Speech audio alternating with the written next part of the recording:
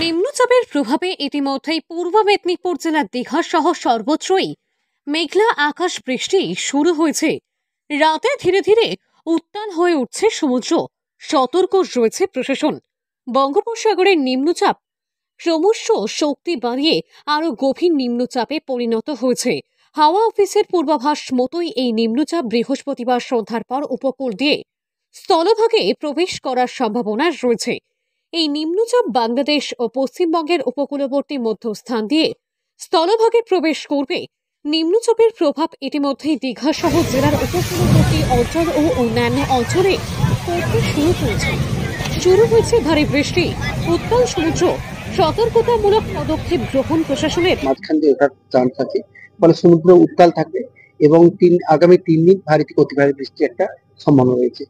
সেই জন্য আমরা আমাদের ডিস্ট্রিক্ট এবং সাব ডিভিশন ব্লকের কন্ট্রোল রুম ওপেন করেছি এবং প্রত্যেক ভিডিওকে বলা হয়েছে, মিটিং করেছি যে যদি কোনো নিচু জায়গা থাকে, যদি সেখানে খুব প্রচন্ড বৃষ্টি হয়, যদি জল জমে, তাহলে মানুষকে সরিয়ে আনার জন্য আমরা পরিকল্পনা নিচ্ছি। নিম্নচাপের প্রভাবে বৃহস্পতিবার থেকে শনিবার পর্যন্ত দক্ষিণবঙ্গের বিভিন্ন জেলায় ভারী বৃষ্টির পূর্বাভাস দিয়েছে হাওয়া অফিস।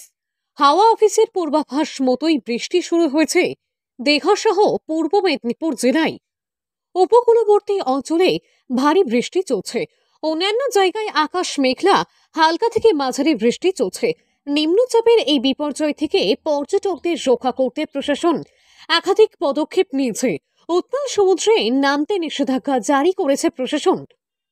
দড়ির ব্যারিকেড সৈকত সরণি জুড়ে, এছাড়াও সমুদ্র সৈকত জুড়ে চলছে মাইকিং, নজরদারি এবং পুলিশের টহলদারি। যেখানে আসছেন তারা সমুদ্রে স্নান করছেন, সেখানে কিন্তু আমাদের প্রতিনিয়ত আমাদের নজরদারি চলছে। পুলিশ থেকে নীলা থেকে তার সংখ্যা বাড়ানো হচ্ছে, মাইকিং হচ্ছে, যাতে কেউ একটু দূরে না চলে যায়, যাতে কোনো বিপদ না ঘটে।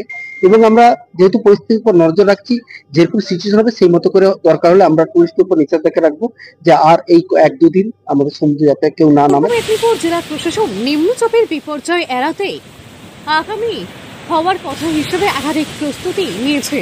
ইতিমধ্যে জেলায় রেস্কিউ টিম তৈরি করা হয়েছে।